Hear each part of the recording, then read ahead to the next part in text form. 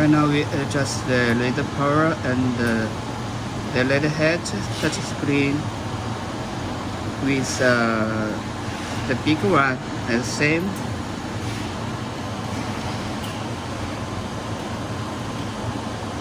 It can help us customer to easy to adjust the parameters.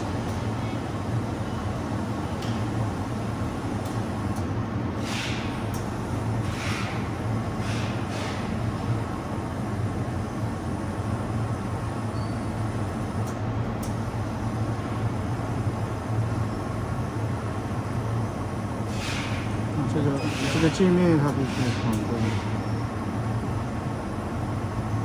It's a different model, so you can adjust different way.